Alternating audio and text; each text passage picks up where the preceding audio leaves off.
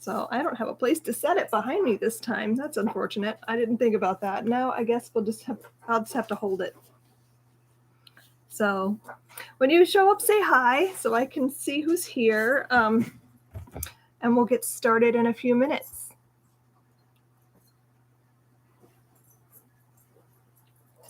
Hi, Dania. You guys are going to hear my dog in the background. I decided to do the live stream downstairs just because I have all my stuff down here because I can't have the dog upstairs too much. Hi, Sally. So I'm like, I'll just set up down here. But now I've got the dog really noisy right behind me. So hi, Erin. So if you hear weird sounds, that's my dog. She's dragging her bed around my kitchen. Hi, Mickey. So we can go ahead and get started and talk about the Year of the Witching. Oh, thanks that you like the tree. Yeah, it was our Halloween tree, and I changed the lights, so now it's our autumn tree. Hi, Laura. So it's festive. We're very festive here. So let's talk about the Year of the Witching. I literally finished it this morning. And I would say I really liked it. I gave it 4 stars. I had a little few issues here and there with it, but overall I thought it was really, really good. Very much a spooky October read. So I'm glad I picked it for our October book. It was perfect for that. I really liked the character of Emmanuel, and I really liked the atmosphere of the story, and all of that was really great. I wish we could have gotten a little bit more of the witches because I feel like it was sort of there but not there. I don't know, I felt like that part of the story was missing, and I wish we could have gotten some more witch backstory or who these witches are and why they're such a threat to Bethel and all of that. I feel like that was hinted at more than it was explained. And maybe that's just me. Maybe it's because I took so long to read it, but I really wish we had more of that. And I will say that it's not exactly what I thought it was going in. I honestly didn't know. I didn't really read the synopsis, or not too deeply anyway. Maybe I read the synopsis when I first bought it, but it's been sitting on my shelf for a year. So I kind of had forgotten. And I thought it was going to be historical fiction or maybe historical fantasy. I don't think it was. There was no clues as to when this was happening. They didn't even use years because it was literally the year of the witching, the year of the dawn, that sort of thing. And there was is this our world? I don't know where this took place. So I'm going to say it is not historical. I want to say the author must have been inspired by historical events and Salem witches and that sort of thing. But there was definitely no definitive period of time. And a lot of the story actually reminded me of the movie The Village. I don't know if anyone's seen that by M. Night Shyamalan. I really liked that movie, and it kind of felt a lot like that. Yeah, I agree, Laura. There was a lot of unsaid things that made me think that if this had been a more adult book, it might have gone there. I don't even think this was this a YA book? Was this called that? I don't know, because it didn't feel YA, but it also didn't feel adult. I don't know. It was sort of a weird in between. So I don't know exactly how to classify it. It was horror. There was definitely some horror vibes, but I feel like it didn't go all in like I wanted it to. That very end for a moment felt like real horror. Maybe we're going there, but I don't know. I will say the prophet was super creepy. He, as a character, was terrifying. Did not like him at all. So yeah, I thought he was terrifying.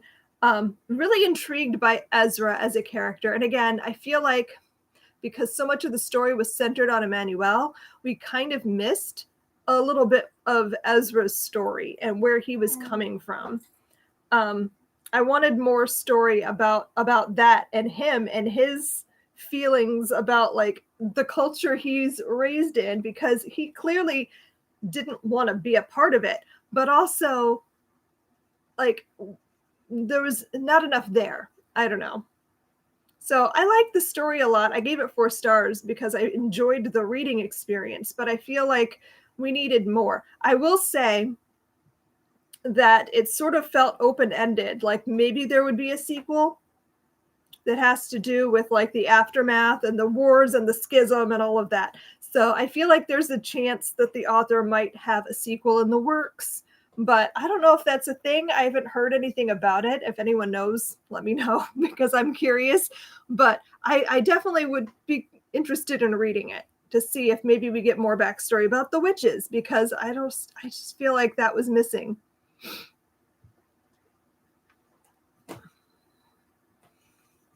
Is VC Andrews really considered YA? I don't know.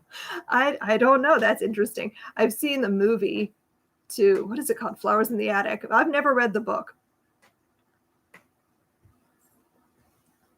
Oh, I strongly dislike the Prophet. He actually kind of reminded me, if you guys have seen Game of Thrones, of like Walder Frey.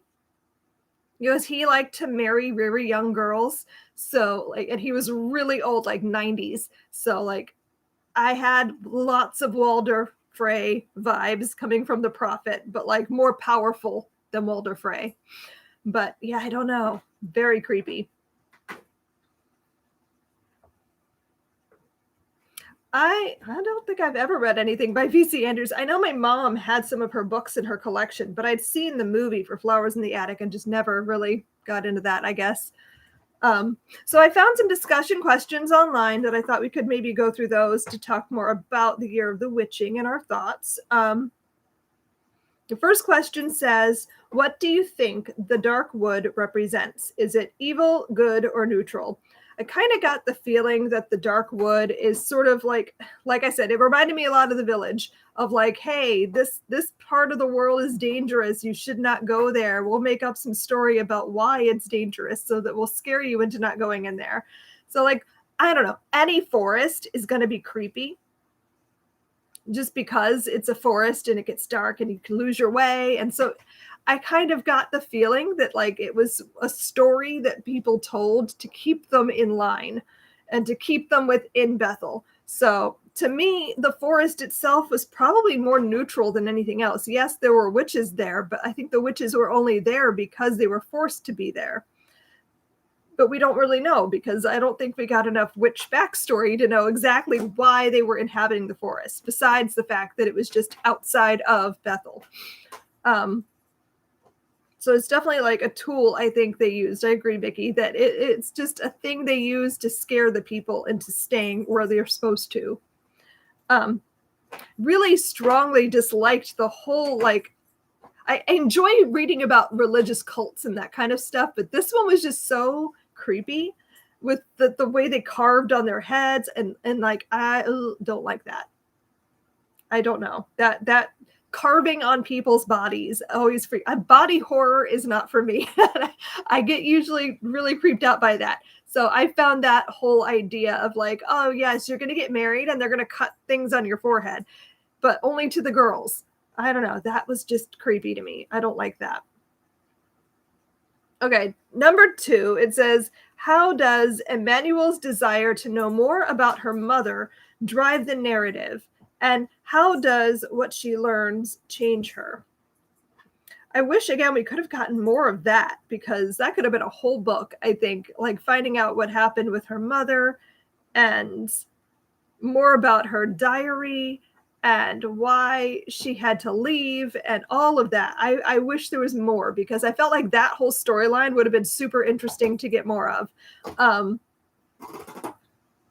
I wish there was pictures of the carvings, because I was trying to picture things, and I wish that like I could have seen a picture of like what was different about each one, because there were like specifically like, this is one for cursing and this is one for marriage and this means witch, and like I wish I could have seen each one.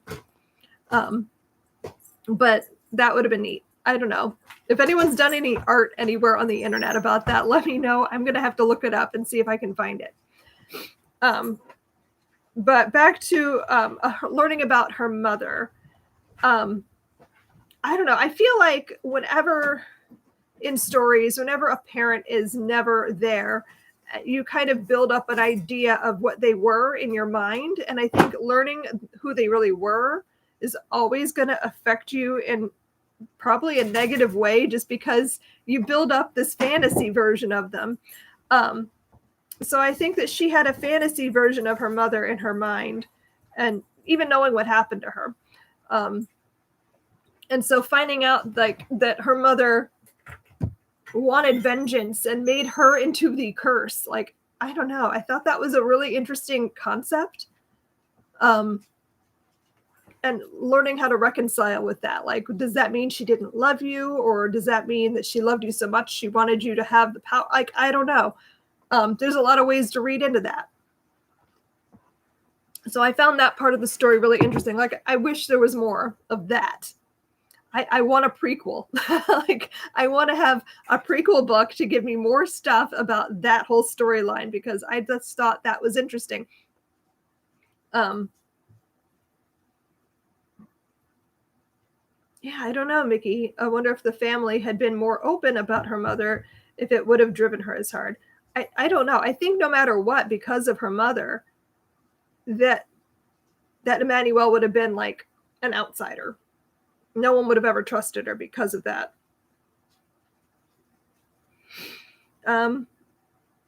Yeah, the third question is, what is the significance of the seals that the married women in Bethel wear, and what do they symbolize? I mean, again, I wish I could have seen a picture of one.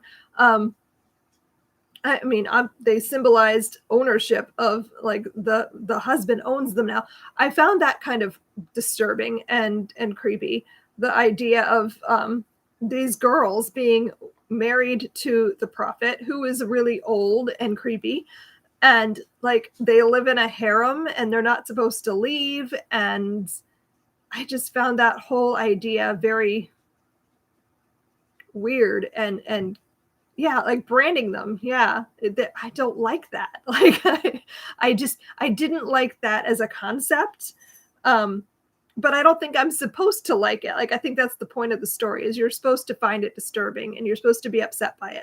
And I was like, there was a lot of like cutting and bleeding people, and the gutting knife, which I found kind of disturbing. Like, this was a religious thing they did where they gutted animals, I think, but also people sometimes. I just, the idea of cutting on faces and her carving into her own arm, I don't like it. Like, I found that very creepy. So it worked really well in the story because it definitely creeped me out. Yeah, and the fact that they would like have a party and everyone stand around while they lay you down and carve things into your forehead, and that you're supposed to just like lay back and take it and not flinch and not like cry or anything, because I'm sure it hurts. Like, that sounds terrible. I don't like it. And these are young girls, like teenagers. I don't. Yes, Mickey. Yeah, parallels between branding the wives and the gutting of the animals. The women are treated like cattle anyway. Yeah, they're just there to be property. Yeah, number 4. Why do you think the people of the outskirts were shunned? What is their role in Bethel and the growing resistance within it? Again, I wish there was a little more about this, because I didn't really understand the whole like people on the outskirts thing. What their purpose was. Why are they on the outskirts? Are they just people with brown skin? Is it supposed to be a racism thing? Like, I wasn't sure where that was supposed to be going, or how her family was outskirters, because that, yeah, I don't know. That felt like it wasn't explained well, maybe. Or maybe I just missed something while I was reading it, which is highly possible because I was sick for part of the week. So I just might have missed that. But I was kind of curious about that, though, like why they were shunned and what happened in that situation to have them on the outskirts. Besides the fact that, yeah, like Laura says, that they didn't believe in the prophet's religious cult, because clearly they didn't. That they seemed like they were not wanting to be involved in that. They had their own church or their own like chapel that they used. Yeah. But I didn't quite understand like why would they were shunned besides that. All right. Was the violence of the witches justified? Do you think that there was a way for them to achieve their retribution without bloodshed? I mean, this is kind of like a blood cult, so I'm going to say no. At some point, that was bound to happen. Um, Again, was it justified though? I mean, yeah, kind of. Something had to be done. Somebody had to do something because this just was not going to resolve itself. And I feel like Emmanuel was one of the few people in Bethel to see that it was a bad thing that was happening, because I think the people on the inside were just so like under the thumb of the prophet and so deeply involved in this religious cult, that they couldn't stop things from happening because they just went along with it. So somebody was going to have to do something. So what else could you do? What else could the witches have done? Yeah, Laura says, I don't think there was enough bloodshed. Agreed. I kind of expected there to be more. Like it felt very abrupt and over too quickly. I think the whole like the battle at the end, I don't know, I kind of wish there had been more of that, or if that had been not necessarily more drawn out, but like I don't know. It just felt like it happened very fast.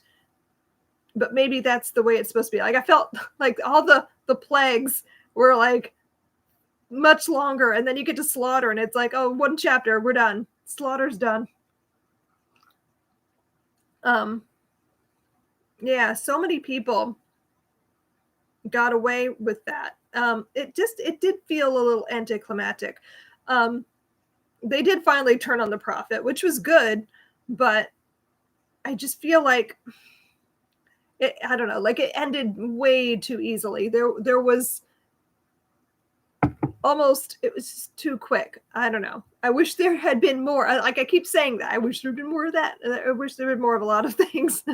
I don't know. Maybe there will be a sequel though, so that might be something we get back to later. Number 6, do you see Ezra as being responsible for or complicit in the sins of the prophet and the church? No, because he definitely didn't want to be a part of it. And I feel like he was constantly pushing his boundaries. But I don't know. Would you say he was complicit?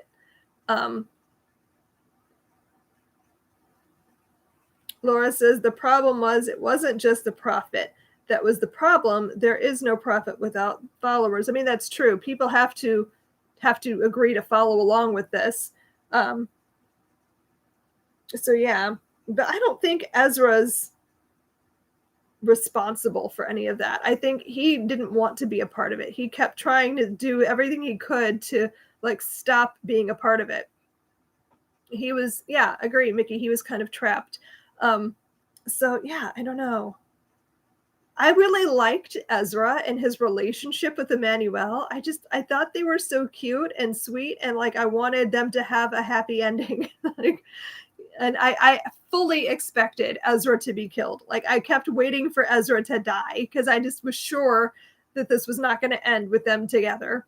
So yeah, I don't know. I was kind of impressed that he survived because I didn't expect that. I thought he was going to die. So, and how awful is his father that he was willing to just kill him so that he could marry Emmanuel. Like, oh, I didn't like that. So, yeah, I don't know. They had like a very chaste, like sweet relationship. Like, I don't know. I think they hugged once. Like, there could have been more there. It would have been nice to have a little bit more. At least they could have kissed. Like, all right. The number 7 says, what is the role of anger in the story? And do you think it was a useful agent of change? Yes. I wish there was more anger going in the right direction. I feel like a lot of people were angry at the wrong thing. Emmanuel discovering her rage was great. Like I loved that. I loved the whole like her growth over the story. Oh, yeah, it was very puritanical. I agree, Mickey. I thought this was definitely going to be like a 1600s Salem witch era kind of a story. It felt like that, but it was obviously a different like religious cult kind of situation, but I still thoroughly enjoyed it. Like the setting of it felt very much like that. But I loved Emmanuel kind of finding her wrath and her rage and using that against the prophet and fighting against the system that had been forcing her into submission for so long. Like that was great. Yeah, Laura, it was very Carrie-ish. Yes. So the last question says, do you think Bethel is redeemable? Why or why not? It has the potential to be. Like, I think that would be interesting to see in a sequel. Like, where does it go from here? Because they were alluding to the fact that there was a schism. Some people were still kind of following the ideas of the prophet, while other people were willing to follow Ezra and his new religious whatever it turns into. But like, I don't know where it goes from there. I mean, if they're all willing to resolve it and follow Ezra, I think it could be redeemable. I think Ezra's strong enough to not fall into the same pitfalls and traps of their original cult. But yeah, it would be interesting to see what that looks like. So I don't know, but I think it's got potential to be redeemed. Yeah, post slaughter, like what happens next? So I think we're being set up for a sequel, though. I definitely felt like that at the end of the book, like, okay, so next book is going to cover the aftermath, I assume. But I would like a prequel in between. Like, I want to know more about like the beginnings of this whole situation.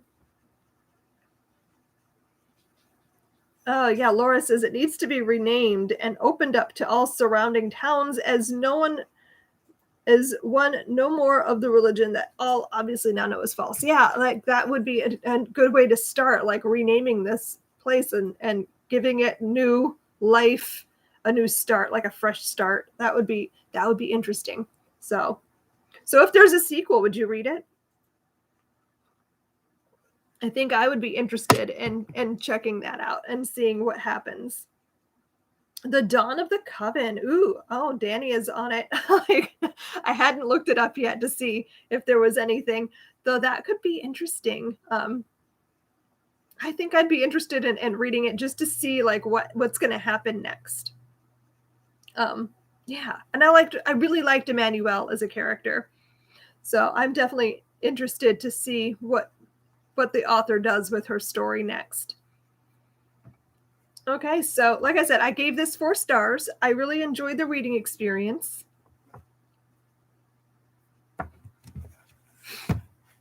Well, if it's YA and the author is going to stick to that, I'm pretty sure it's going to stay fairly PG. So I don't know if we're going to get anything more than that, but I'd still be willing to read that. So yeah, we do not have a book in November or December. We're taking the holiday season off from book club because I need the break, and I figured everyone else probably does too. This is a just hectic, busy time of year. But ooh, Mickey, good question. What coven? I don't know, because we didn't really know much about that. They didn't I hate that the book was called The Year of the Witching and that there's witches, but we don't really know anything about the witches. Like, they had names. That's all we get. So yeah, I do hope that there's more witchy stuff because I feel like that was kind of missing from a book titled Witches. But yeah, I'm starting to plan out the books that we're going to read next year. I kind of have a stack sitting here. But I'm open to suggestions. So if there is a book that you guys think we should definitely read in 2022, let me know. I might do a poll on my Instagram at some point too. But I'm going to announce the books, like the first several months worth, in December sometime on my YouTube channel. So yeah, that'll be coming soon.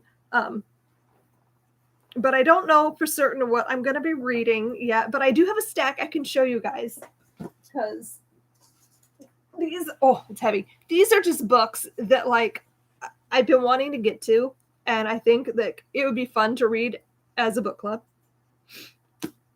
I don't have the new TJ Klune, but I agree, I do want to read that as well. But I have like The Chosen and the Beautiful by Naivo. This is a book that I've been wanting to get to. I don't know if we're going to do this for book club though, because I honestly don't know much about it besides that it's a Gatsby retelling. Sarah and I both really want to read She Who Became the Sun by Shelley Parker Chan. So this is a possibility, but it wouldn't be until like the summer months, because Sarah graduates from college in May and she has begged me to hold off on things that she wants to read until she's home. So that's got a bunch of potential though, just because we both want to read it. I don't know if this would be a book club or not, but I really want to get to it. That's The Nature of Fragile Things by Susan Meisner. I don't know. I just really want to read this. Again, I don't know if this is book club material necessarily, but I want to pick it up sometime. Oh, I know, right? She's graduating in May. It's crazy. She doesn't even understand how it happened this fast. She was like, "Are you sure?" But yeah.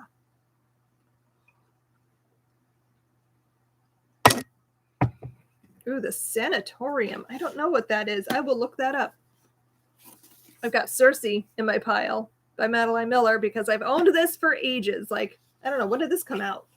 I feel like I bought this as soon as it came out. Yeah, 2018. I have not read this yet. So I should probably get to that at some point. So maybe that'll be a book club pick. I was thinking we should read some nonfiction because we haven't done that in a long time. Maybe ever. Have we ever read nonfiction here in the Arrrgh Book Club? I don't know. But I have The Light of Days by Judy Battalion, which I really want to read. This is nonfiction. It's about the women resistance fighters during World War II. I love reading stuff like this. So that's got a lot of potential to end up as a book club selection. I really want to read Pachinko. I know everyone's already read this. I'm like the last person on the planet. So I don't know if this will be a book club just because I know everyone's already read this. So if you guys haven't read it, let me know. That might push this into a book club, but I really want to get to it. Sarah's already read it and she's like, "Mother, you must read this."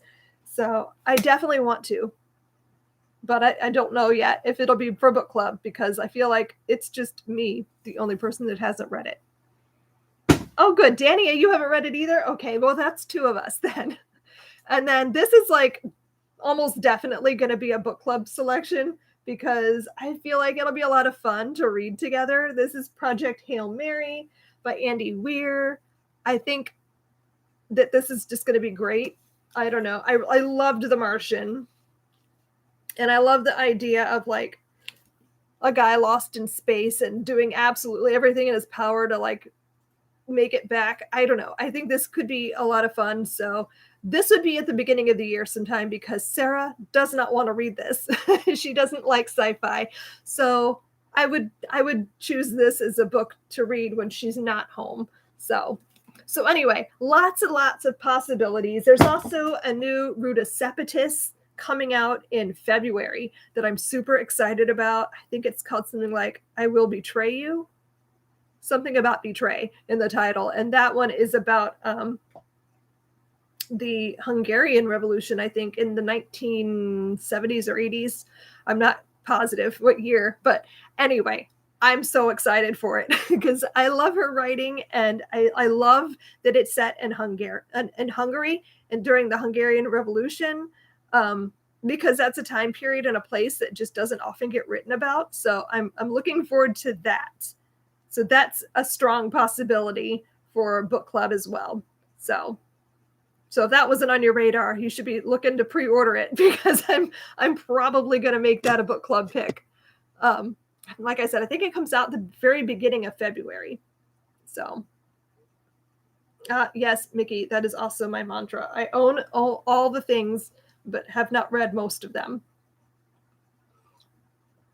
So So yeah, we've got lots of possibilities. So yeah, if there's a book that you guys think that we should read for book club, let me know. And I will make note of that. And like I said, I'm probably going to do a poll sometime in the nearish future, since I want to do the video for our, like, at least for January, February, March. I want to have those books planned out well ahead of time. So I'll probably post the poll sometime this week, for if anyone wants to choose books to throw into the pile here. Yeah, so stay tuned for that, and we'll see what we end up picking. But like I said, probably Project Hail Mary will be like January-ish, because it's a big book. I don't want to do it in February. So yeah.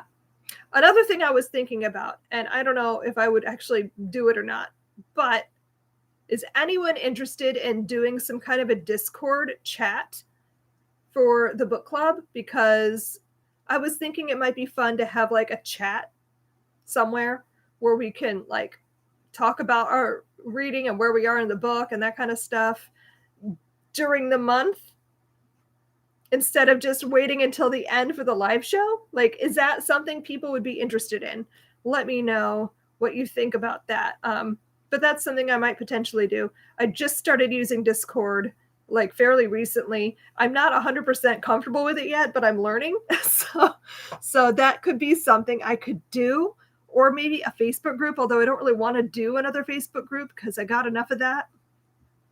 So yeah, like I also need some hand holding with Discord, Dania. I'm starting to figure it out, but yeah, so yeah, maybe I'll set up if I can figure out how to set up. I don't know how to set up anything on Discord yet, but if I figure it out, I will let you guys know, and we can maybe start like a book club chat so that we can check in here and there during the month to talk about where we're at in the book and our thoughts and that sort of thing. So other things to look forward to. So I'm excited for 2022 and all the things we're going to read. So thank you guys so much for hanging out with me all year and reading all the books. It's been a lot of fun. And yeah, I will get the Instagram poll up soon so we can talk about our book club selections for the next several months in 2022.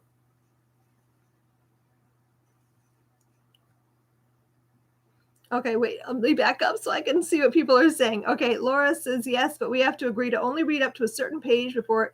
Yep, so yeah, definitely. We'll have to have some kind of rules so people don't get spoiled. And yes, it is another app, but it's not too complicated. Like I've been playing around with it, so yeah. Okay, let's see. And Dania says, any updates for the Build Your Library Challenge? Yes. I'm gonna be doing the Tea with Emily Facebook live thing on December, I don't know, December something. I forget what day it is. It's like the first Friday of December. And I'm going to be talking about my wrap up. Oh, December 3rd. My husband's waving me over there. So December 3rd is that. And we're going to be talking about like my wrap up of 2021's reading challenge. And I'm going to be unveiling the 2022 challenge. Sarah and Rob and I were working on it the last couple of weeks. So I'm very excited about that. I'll be unveiling stuff about that soon. So yeah, new reading challenge coming very soon. So we do have that to look forward to as well. Lots of fun reading things in 2022. So feels weird to say 2022. I keep stumbling on it. Like my brain doesn't accept it yet. So yeah, lots of cool stuff coming. So yes, I don't know how many prompts I have left. Like not that many though. I might actually finish, which is blowing my mind because I don't think I have ever finished a reading challenge in my entire life. I always have a couple of things that I didn't get to. So yeah, I don't know. I might actually complete it. I probably just jinxed it by saying that. I guess we'll see. So, but yeah, I do have a few more books to get to, and then I will be done with that. And that's exciting.